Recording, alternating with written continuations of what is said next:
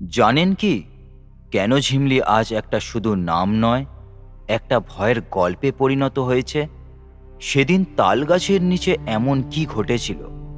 কাকে দেখে গোটা গ্রাম আঁতকে উঠেছিল?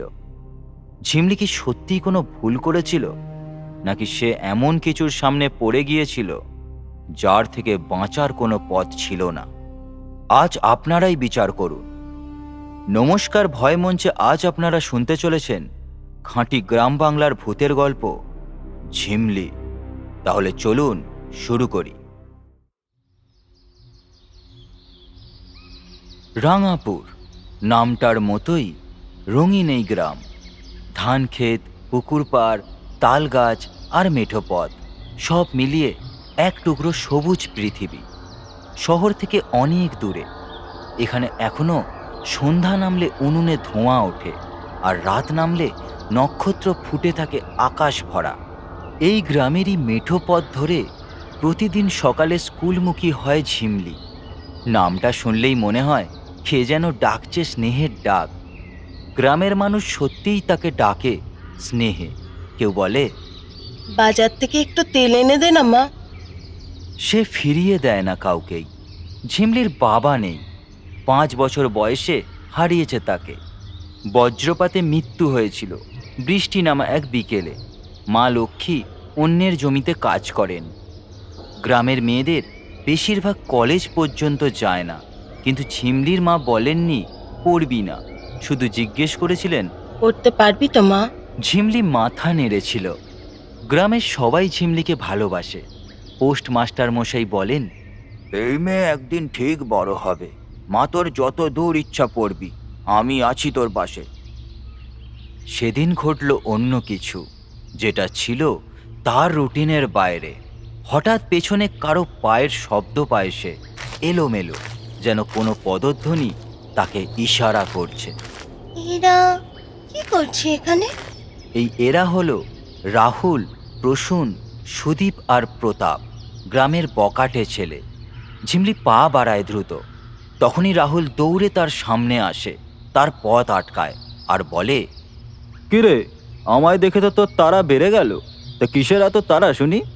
ঝিমলি থামে না, পা চালিয়ে যায়। বুকের ভেতর তার কাঁপুনি আসে। রাহুল তার সামনে এসে বলে, তোকে একটা কথা বলবো, অনেক দিন থেকে ভাবছি। হ্যাঁ রে, আরে থাম না একটু শোনা। ঝিমলি কণ্ঠ শক্ত করে জবাব দেয়, আমার পড়া আছে। আচ্ছা, পড়া আছে। আচ্ছা, তোর কি ভালোবাসতে মন চায় না কাউকে? তোকে দেখলেই আমার কেমন প্রেম প্রেম পায়। আর তুই দেখ তোর। হ্যাঁ বাসি তো। আমার মাকে ভালোবাসি, আমার পড়াকে ভালোবাসি। আর কোনো কিছুকে ভালোবাসার সময় আমার নেই। সময় হবে, শুধু একটু সুযোগ দে। দেখ আমি কি করি তোর জন্য। সত্যি রে, খুব ভালোবাসি তোকে। আমি পড়াশোনা নিয়ে থাকতে চাই, দয়া করে আমার পিছন নিও না। ঝিমলি চলে আসে, পেছনে তাকায় না, কিন্তু 4 জোড়া চোখ সেদিন সরেনি ওর ওপর থেকে। 8টা চোখ, 8টাই ক্ষুধার্ত। একদিন সন্ধ্যায় আকাশে মেঘ জমেছে। বৃষ্টি নামার আগেই বাড়ি পৌঁছাতে হবে। ঝিমলি দ্রুত পা চালায়। পুকুর পার হয়েছে। বটগাছটার কাছে আসতেই সে দেখে বটগাছের নিচে কারা যেন দাঁড়িয়ে। 4 জন, হাতে বিড়ি, হাসাহাসি চলছে। একটু কাছে আসতেই সে চিনতে পারে 4জনকে। তাকে দেখে প্রসূন বলে, ভাই দেখ আসছে, একাই আছে। যা তাড়াতাড়ি। প্রতাপ বলে, আজকে কিন্তু বৃষ্টি হবে, ভিজে যেতে পারো, আমাদের কাছে এসে একটু দাঁড়াও না। ঝিমলি থামে না, পা চালিয়ে যায়। ভয় পেলেও দেখাতে নেই, মা বলেছিল। কিন্তু ভয় লুকালেও শরীর ভারী হয়। হাত দুটো কাঁপে, ব্যাগের ফিতে চেপে ধরে সে। রাহুল হঠাৎ এগিয়ে এসে তার পথ আটকে বলে, কি রে, এত তারা কিসের? বৃষ্টিতে ভিজবি নাকি? আয় গাছতলায় দাঁড়া। পথ ছাড়ো আমার, যেতে দাও। তোমাদের সাথে দাঁড়ানোর কোনো ইচ্ছাই নেই আমার। পথ ছাড়বো? আরে আমরাই তো পথ দেখাই। ভয় পাচ্ছিস নাকি আমাদের? ভয় পেলে কি থামি? সরো, যেতে দাও আমায়। রাহুল এক কদম এগোয়, ঝিমলি পিছিয়ে যায়। পিছনেই প্রসূন, সুদীপ আর প্রতাপ। ঘেরাটোপ আরো শক্ত হচ্ছে। রাহুল বলে, তোকে তো প্রস্তাব দিলাম, তুই মানলি না, মনটাই খারাপ করে দিলি আমার। আমি পড়া নিয়ে থাকি, ওসবের সময় নেই আমার। আচ্ছা, সময় নেই, সময় তো আছে, এখনই তো সময়, এই মুহূর্তটাই তো এইসবের সময় রে। কিন্তু ঝিমলি কি জানতো তার সাথে কি হতে চলেছে? ঝিমলি ছুটে চলে যায়, পিছনে ফিরে তাকায় না। বৃষ্টি নামে তখনই মুষলধারে, গায়ের কাপড় ভিজে একাকার, তবুও সে দাঁড়ায় না। সেদিন রাতে বৃষ্টি আর থামিনি, ঝিমলির ঘুমও আসেনি। জানলার ফাঁক দিয়ে চেয়েছিল, দূরে তালগাছটা দেখা যায় দক্ষিণ মাটির কোণে। আসলে সে জানতো না ওই দক্ষিণ দিকটাই তার জীবনে সর্বনাশ নিয়ে আসতে চলেছে। কয়েকদিন পরেই ওই তাল গাছের নিচেই কি অপেক্ষা করছিল। সে রাতে বৃষ্টি ছিল না, আকাশ পরিষ্কার, চাঁদ ছিল না। অমাবস্যা নয়, তবুও চাঁদ ছিল না। মেঘে ঢাকা গ্রাম নিস্তব্ধ, শুধু মাঝে মাঝে কুকুরের ডাক। ঝিমলি টিউশন থেকে ফিরছিল, সন্ধ্যা পেরিয়ে রাত হয়েছে।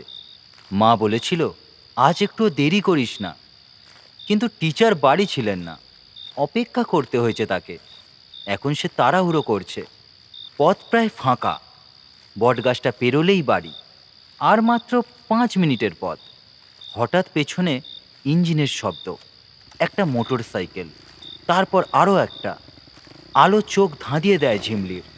গাড়ি থেকে রাহুল নেমে আসে। কিরে, আমার উত্তরটা কিন্তু পেলাম না, আজ উসুল করব সালা। ঝিমলি দৌড় দেয়, কিন্তু 5 কদমও যায়নি, চারিদিক থেকে ঘিরে ফেলে 4 জন। প্রসূন বলে, আজকে পালাতে পারবি না সালি। বলেছিলাম না, আমাদের বন্ধুর মুখে না বলার পরিণতি ভালো হবে না। বাঁচাও, কে আছো, আমায় বাঁচাও। ঝিমলি চিৎকার করে। চিৎকার করে লাভ নেই শালি, ভালোবাসতে চেয়েছিলাম, খুব দিমাগ না তোর, আজ তো সব দিমাগ ভাঙবো, চল। তারা তাকে ধরে টেনে হিচড়ে নিয়ে যায় দক্ষিণের মাঠের দিকে। ঝিমলির পা ঘষতে থাকে মাটিতে। প্রসূন বলে, বস, আমাদেরও একটু স্বাদ নিতে দিও কিন্তু। দাঁড়া তো, আগে বস ফিতে কাটুক, তারপর তো খাবি সালা। সুদীপ কিছু বলে না, শুধু দাঁড়িয়ে থাকে। তার হাত কাঁপে, কিন্তু সে কাউকে কিছুই বলে না। তারপর যা হবার সেটাই হয়, অমানসিক পাশবিক অত্যাচার। মেয়েটার চিৎকার মাঠের বুকে মিশে যায়। আকাশ নীরব থাকে, শুধু নিস্তব্ধতা আর ঝিমলির আর্তনাদ, যা ধীরে ধীরে ম্লান হয়। শেষবার যখন ও নড়ছিল তখনও বেঁচে ছিল। শালা এখনো বেঁচে আছে বে, কি জান রে। শালি তুই বাঁচলে আমরা বাঁচবো কি করে? রাহুল কুনুই দিয়ে পেটে ঘুষি মারে জোরে, তারপর গলা টিপে ধরে। ঝিমলির শেষ হৃৎস্পন্দন থেমে যায়, চলে যায় অভাগী না ফেরার দেশে। ঝিমলির চোখ খোলা, যেন তাকিয়ে আছে আকাশের দিকে। উফ, মরে গেছে শালি, এবার চল। কিন্তু ভাই, দেহটা? এখানেই থাক পড়ে, কাল সবাই জানবে। বলছি, আমাদের কেউ দেখেনি তোরে? দেখলে দেখবে, অন্তত জানা উচিত সবার। আমার সাথে পাঙ্গা নিলে কি হতে পারে, চল এখন। সুদীপ পিছনে ফিরে তাকায়। ঝিমলি পড়ে আছে তালগাছের নিচে, গায়ে সাদা নীল স্কুল ড্রেস, চোখ খোলা, মুখ ফাঁকা। এবার সুদীপ বলে, কিন্তু ওর মা জানলে কি হবে বলতো? চুপ কর তো, জানলে কি হবে? ও কিছুই করতে পারবে না। আমরা কেউ কিছু দেখিনি, কেউ কিছু জানি না, ক্লিয়ার? 4 জন মাঠ ছেড়ে চলে যায়, পেছনে ফিরে তাকায় না কেউ। শুধু তালগাছটা দাঁড়িয়ে থাকে, আর তার নিচে পড়ে থাকে ঝিমলি, যাকে গ্রামে সবাই ভালোবাসত, যার স্বপ্ন ছিল বড় হওয়ার, যার মা এখনো বাড়িতে অপেক্ষা করছে, খাবার গরম করে রেখেছে, মেয়ে ফিরবে এই আশায়।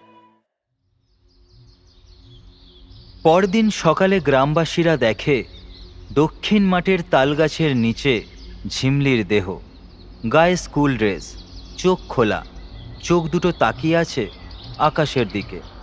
মা লক্ষ্মী যখন দেখলেন, মুখ দিয়ে কোনো শব্দ বেরোলো না, শুধু বুকে চেপে ধরলেন মেয়ের মাথা, চুলে হাত বুলিয়ে দিলেন, যেভাবে চুল বেঁধে দিতেন প্রতিদিন সকালে।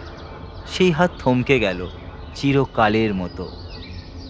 এক গ্রামবাসী বলল, কে এমন করলো মেয়েটার সঙ্গে? আহা গো, কত কষ্ট পেয়ে জীবনটা বেরিয়েছে। আরেক গ্রামবাসী বলে, পুলিশ আসলে সেই পিশাচ ধরা পড়বে, যেই মেয়েটার সর্বনাশ করেছে। কিন্তু কিছুই হয় না। পুলিশ আসে, জিজ্ঞাসাবাদ করে চলে যায়। কেউ কিছু দেখেনি, কেউ কিছু জানে না। কাগজে লেখা হয় আত্মহত্যা। ঝিমলির শেষকৃত্য হয় গ্রামের শ্মশানে। মা লক্ষ্মী আগুন দিতে পারলেন না, হাত কাঁপছিল। গ্রামের মাতব্বর আগুন দিলেন। মা শুধু তাকিয়েছিলেন, চোখ শুকনো, চোখের জল ফুরিয়ে গিয়েছিল। তারপর দিন গড়ায়, সপ্তাহ গড়ায়, গ্রাম ফিরে যায় নিজের ছন্দে।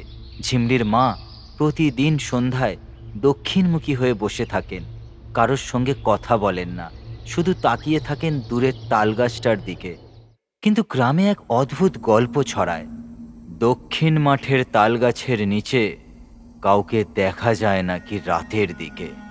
স্কুল ড্রেস পরা এক মেয়ে, পিঠে ব্যাগ, চুপচাপ দাঁড়িয়ে থাকে। কেউ কাছে গেলে উধাও হয়ে যায়। গ্রামের নাপিত ভোলা বলল, আমি নিজে চোখে দেখেছি, ওই তাল গাছের নিচেই দাঁড়িয়েছিল। আমাদের ঝিমলির মতোই দেখতে। ডাকলাম, সাড়া দিল না। তারপর কাছে যেতেই আর দেখতে পেলুম না। এবার রজত বলল, ওদিকে আর যাস না বাবা, যতই হোক অপঘাতে মরেছে, প্রেত হয়েছে হয়তো। বিশু বলল, মেয়েটার আত্মা শান্তি পায়নি, ওকে যারা মেরেছে ওদের ছাড়বে না দেখিস। বেশ কয়েকদিন হয়েছে ঝিমলির ব্যাপারটা ধীরে ধীরে সবাই ভুলতে শুরু করেছে। সেদিন রাহুল বলল, সালি আমায় না বলবে, এবার সালা থাক ওপরে তারা হয়ে, না কেউ তোকে পাবে না কারোর হবি। দিমাগ সালি খুব তোর। তবে কি বস, ওই মাঠেই বসবে নাকি আজ? পুরনো জায়গা, পুরনো স্মৃতি, মাঠের খোলা হাওয়াটায় নেশাটা চড়ি। আরে না না, ওদিকে না, অন্য কোথাও যাই, চল। ভয় পাচ্ছিস না রে? আরে তুই তো কিছু করিসনি, তুই চুপচাপ দাঁড়িয়েই ছিলিস, তো তোরা তো ভয় কিসের? ওসব ছাড়। শোন, আজ অমাবস্যা, ভালো অন্ধকার, ওই মাঠেই বসবো। মদের পার্টিটা আজ সালি ঝিমলির উদ্দেশ্যে। চার বন্ধু মদ আর বিড়ি হাতে দক্ষিণের মাঠে পা রাখল। রাহুল নাটকীয় সুরে বলল, ওই দেখ তাল গাছটা, আমাদের ঝিমলির প্রিয় জায়গা, আয় রে ওখানেই বসি। কোথা থেকে একটা পেঁচা ডেকে ওঠে নীরবতা ভেঙে। ভাই, তাল গাছটার দিকে তাকালে কেন জানি না অদ্ভুত লাগে একটু। চুপ কর তো, এসব একদম বলবি না। ওরে, এত ভয় কেন পাস? মরে গেছে যে তার কোনো অস্তিত্ব থাকে না। না না, আমার কথা না, বিজ্ঞানের কথা বাবু। ঠিক তখনই হঠাৎ বাতাস থেমে যায় পুরোপুরি। মাঠের ঘাসপাতা একদম নড়ে না। প্রসূনের হাত কাঁপে। সে তাকায় তাল গাছের দিকে, তারপর বলে, ওই, ওটা কে? সবাই তাকায় দূরে তাল গাছের নিচে। একটা অস্পষ্ট ছায়া, ছায়া না, মানুষের অবয়ব, ছোটখাটো, মাথায় বেনি, গায়ে সাদা নীল স্কুল ড্রেস। সুদীপ চিৎকার করে ওঠে, ঝিমলি! প্রসূন, সুদীপ, প্রতাপ তিনজনে ছুটতে থাকে। দিশাহীনভাবে তারা যে যেদিকে পারে ছোটে। শুধু রাহুল পড়ে থাকে নেশায়, পা চলে না তার। ওঠার চেষ্টা করে, বারবার হুমড়ি খেয়ে পড়ে। ততক্ষণে ঝিমলি এসে দাঁড়িয়েছে তার সামনে। রাহুল নেশার ঘোরে বলে, কে তুই? আমায় ভয় দেখাতে এসেছিস? আমাকে চিনতে পারছিস না? তোর হাতের ছাপ এখনো আমার গলায়। এত তাড়াতাড়ি ভুলে গেলে হয়? নিজের আত্মসাতের জন্য যাকে মেরে ফেলতেও তোদের বিবেকে লাগলো না, তাকেই চিনতে পারছিস না? সত্যি আমায় কতটা ভালোবাসিস তুই, আমি বুঝতে পারিনি।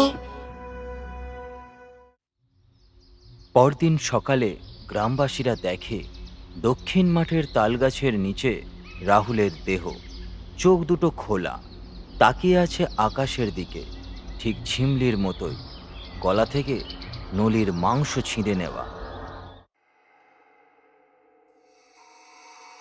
প্রথম ঘটনা ঘটে রাহুলের মৃত্যুর 3 দিন পর। প্রসূনের ঘরে হঠাৎ জানালার কাঁচে শব্দ হয়। প্রসূন চমকে উঠে বলে, কে? কেউ সাড়া দেয় না। আবার শব্দ।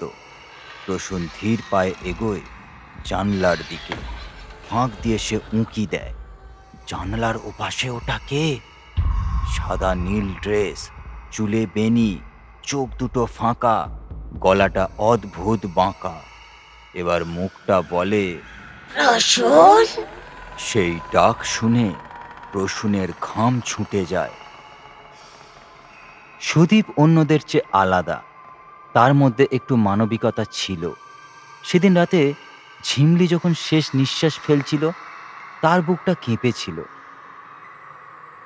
সেদিন সন্ধ্যায় সুদীপ বাড়ির আঙিনায় বসে সিগারেট টানছে।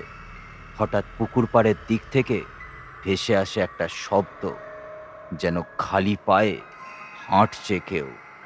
সুদীপ নিচু গলায় বলে, কে ওখানে? আমায় মেরে ফেললি সুদীপদা? আমার তো কোনো দোষ ছিল না, বল। না না না, আমার কোনো দোষ ছিল না বোন। আমি চাইনি, এটা করতে আমি চাইনি। হ্যাঁ, তুই তো চেয়েছিলি আমি বাঁচি, তাই তো তুই আমায় বাঁচালি না ওই পশুগুলোর থেকে। আমি পারিনি রে বোন, বিশ্বাস কর। আমার এটায় মত ছিল না, শুধু ওদের ভয়ে আমি চুপ ছিলাম। আমায় ক্ষমা কর তুই বোন। এবার সুদীপ চোখ খোলে, বাঁশবনের দিকে তাকায়। সেখানে কেউ নেই, শুধু পাতা নড়ছে বাতাসে। রাহুলের মৃত্যুর পর প্রতাপ গ্রামে থাকিনি। কয়েকদিনের জন্য শহরে চলে গিয়েছিল। ফিরেছে আজই, কিন্তু গ্রাম আর আগের মতো নেই, সেটা সে জানতো না। সেদিন রাতে প্রতাপ বিছানায় শুয়ে মোবাইল ঘাঁটছে। হঠাৎ লাইট চলে যায়, কিন্তু বাইরে তো আলো জ্বলছে, শুধু প্রতাপের ঘরের আলোটাই বন্ধ। আর তখনই প্রতাপ চোখ তুলে তাকায় সিলিংয়ের দিকে। এই কে কে তুই? ভয় পেলি প্রতাপ? আমি তোকে মারিনি, রাহুল মেরেছিল। না না, সুদীপ সুদীপ মেরেছিল, আর প্রসূন ধরেছিল। আমি তো কেবল। তুই কেবল কি করেছিলি? আমায় ছেড়ে দিতে বলেছিলি, তাই না প্রতাপ? আমি আমি জানতাম না, মানে ওরা বলেছিল শুধু ভয় দেখাবো। প্রতাপ চোখ বন্ধ করে ফেলে। অনেকক্ষণ পরে চোখ খুলে দেখে ঘর ফাঁকা, শুধু ফ্যান ঘুরছে। সে দৌড়ে বেরিয়ে যায় ঘর থেকে। প্রতাপ গ্রাম ছেড়ে পালাতে চেয়েছিল, কিন্তু পারিনি। প্রতিবার রেল স্টেশনে গিয়ে সে দেখেছে প্ল্যাটফর্মের শেষ প্রান্তে কেউ দাঁড়িয়ে, সাদা নীল ড্রেস, ব্যাগ কাঁধে। গ্রামের মানুষ এখন জানে কারা এই মৃত্যুর জন্য দায়ী, জানে কাদের হাতে ঝিমলির মৃত্যু হয়েছিল। এক গ্রামবাসী বলল, জানিস পলাশ, ওরা 4 জনেই মেরেছিল। আমি শুনেছিলাম সেদিন রাতে চিৎকার। তবে সেদিন বলিসনি কেন পুলিশকে? আরে, কারোর কি সাহস ছিল? রাহুল ওই বখাটেটা, মহেশ বাবুর ছেলে। আমারও বউ বাচ্চা আছে ঘরে। এখন তো আর কেউ ওদের বাঁচাতে পারবে না, সব কটা মরবে ওই ঝিমলির হাতেই। হ্যাঁ, ওই প্রেত কাউকে ছাড়বে না। যে দেশে নারী সঠিক বিচার পায় না, সে দেশের মানুষ নারী জন্ম দিতেই ভয় পাবে এবার থেকে। পরদিন সকালে গ্রামে লোকের মেলা লেগে যায়। প্রসূনের দরজা খোলা, ভেতরে কেউ নেই, বিছানা ফাঁকা, জানালা ভাঙা। সুদীপের ঘরের দরজা বন্ধ। ঠেলে খুলতে দেখা যায় সুদীপ নেই, শুধু বিছানায় কাঁথা জড়ো করা, যেন এখনো শুয়ে আছে। প্রতাপের ঘরও ফাঁকা, টেবিলে মদের বোতল অর্ধেক শেষ, সিগারেটের প্যাকেট একটাও খাওয়া হয়নি। গ্রামবাসীরা ছুটে যায় দক্ষিণ মাঠের দিকে। কারো বলার দরকারও হয় না, সবাই জানে তাদের কোথায় পাওয়া যাবে। দূর থেকে তালগাছটা দেখা যায়, তার নিচে 3টি দেহ পড়ে আছে পাশাপাশি, চোখ 3 জোড়া খোলা, তাকিয়ে আছে আকাশের দিকে।